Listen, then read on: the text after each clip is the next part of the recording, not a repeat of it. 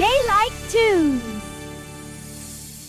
নায়েব, রাজ্যে তো রাঁধুনি, কিন্তু কারোর রান্নাতেই আমি সেই পুরনো স্বাদ পাচ্ছি না। সব খালি তেল আর মশলা। হুজুর, আপনি যদি অনুমতি দেন তবে গ্রামে একটা প্রতিযোগিতার ডেনা পিটিয়ে দেই। যে সেরা লাউয়ের ঢালনা রাঁধবে তাকে পুরস্কার দেওয়া হবে। ঠিক বলেছ, যাও ঘোষণা করে দাও। যে আমাকে সবচেয়ে তৃপ্তিদায়ক লাউ রেঁধে খাওয়াতে পারবে তাকে 10 ভরি সোনার মোহর দেওয়া হবে।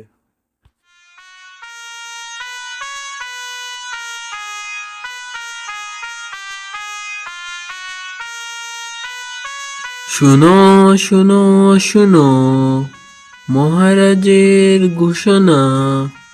এই গ্রামে যে সব থেকে বেশি ভালো লাউ রান্না করে খাওয়াবে, মহারাজ তাকে 10 ভরি সোনা দেবেন।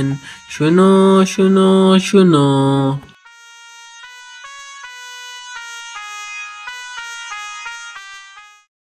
ওরে পাঁচু, শুনেছিস 10 ভরি সোনা? আমি তো ঠিক করেছি, এমন রান্না করব যে জমিদারের জিভ থেকে জল পড়বে। হি হি হি হি। সোনা দিয়ে কি হবে রে দিদি? জমিদার মশাই পেট ভরে শান্তিতে খেতে পারলেই তো হলো। আমি বরং বাগান থেকে কচি লাউটা নিয়ে আসি।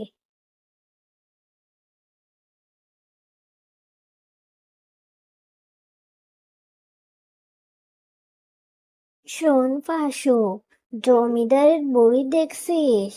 অমন বুড়ি কি আর তোর ওই ডাল ভাত খেয়ে হয়েছে? ওনার চাই রাজকীয় মেজাজ। আমি তাই ঠিক করেছি লাউয়ের মধ্যে নারকেলের দুধ আর কাজু দেব। তুই কি দিবি? না রে দিদি, আমি তো ভাবছি আমাদের পুকুর ধারের ওই কচি মানকচুটা লাউয়ের সাথে একটু দেব, আর নামানোর আগে সামান্য একটু চিনি। স্বাদটা যেন জিভে লেগে থাকে।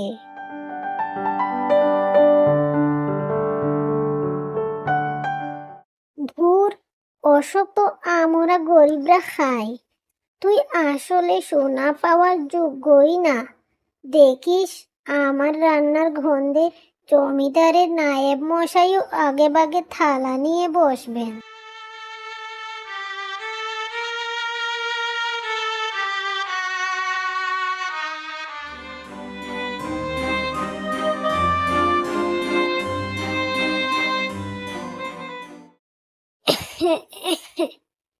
এই গন্ধেই তো মহারাজ খুশি হয়ে যাবেন।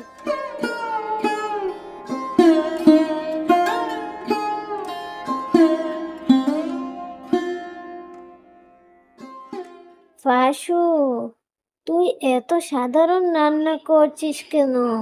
একটু তো জাকমক কর। ওরে বাবা, ফাসু, তোর কড়াইতে তো রঙই ধরলো না, একদম সাদাটে হয়েছে। লোকে তো আগে চোখ দিয়ে খায়, তারপর তো জিভ দিয়ে। এখন আমারটা দেখ, কেমন লাল টকটকে হয়েছে।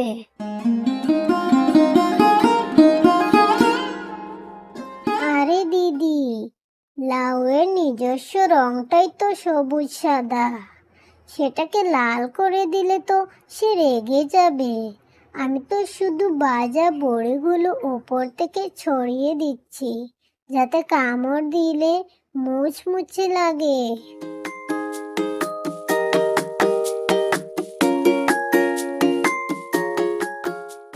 কি বলছিস, বড়ি? ও তো বিড়ালের খাবার। আমি এতে এলাচ আর দারুচিনি তড়কা দিয়েছি, সুগন্ধে সারা গ্রাম মাত হয়ে যাবে দেখিস।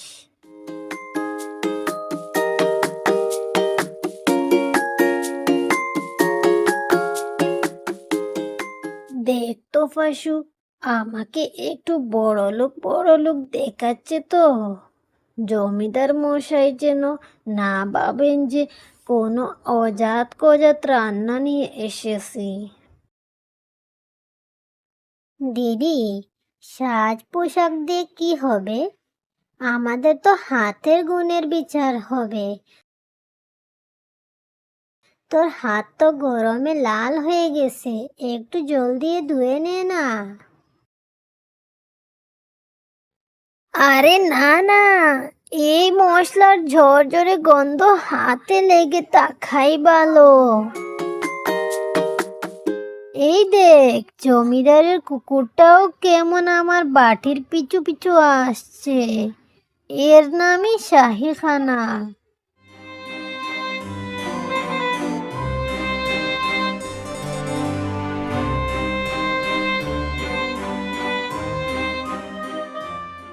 হুজুর, এই নিন আমার শাহী লাউ। এতে আমি দেশি ঘি, 12 রকম মশলা আর বাদাম বাটা দিয়েছি। খেয়ে দেখুন একবার, খেয়ে দেখুন।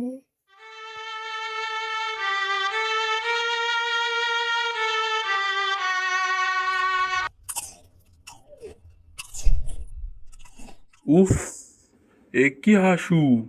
এ তো লাউ নয়, মনে হচ্ছে মশলার কাদা খাচ্ছি। গলা জ্বলে গেল আমার। জল দাও, কেউ জল দাও।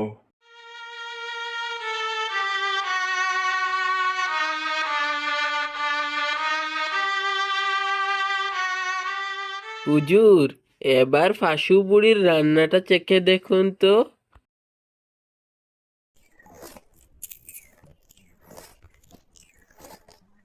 আহা, অমৃত! ঠিক যেন আমার মায়ের হাতের স্বাদ। লাউটা মাখনের মতো গলে যাচ্ছে, আর ধনে পাতার কি অপূর্ব সুবাস! পাশু, তুমি আসল শিল্পী। নায়েব, ফাসুকে পুরস্কার হিসাবে 10 ভরি সোনা দাও, আর আজ থেকে ও আমাদের প্রধান রাঁধুনি হবে। হুজুর, সোনা আমি নেব, কিন্তু অর্ধেক সোনা আমার দিদি হাসুকে দিতে হবে। কারণ ওর জেদেই আমি এই প্রতিযোগিতায় নাম দিয়েছিলাম।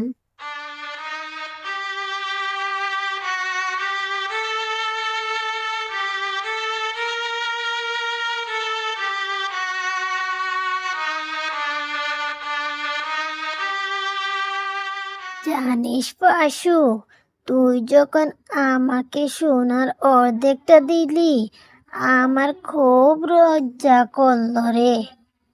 আমি তোকে কত কথা শুনিয়েছি। আরে দিদি, তুই জাল না দিলে কি আমার মিষ্টির কদর হতো? তুই ছিলি বলেই তো জমিদার মশাই বুঝলেন যে বেশি মশলা শরীরের জন্য কত খারাপ। তা যা বলেছিস, তবে শোন, কাল কিন্তু আমি তোর বাড়িতে গিয়ে ওই ধনেপাতা আর বড়ি দিয়ে লাউ রান্নাটা শিখবো। তবে হ্যাঁ, আমি কিন্তু ওতে একটু ঘি ওপর থেকে ছড়িয়ে দেবই।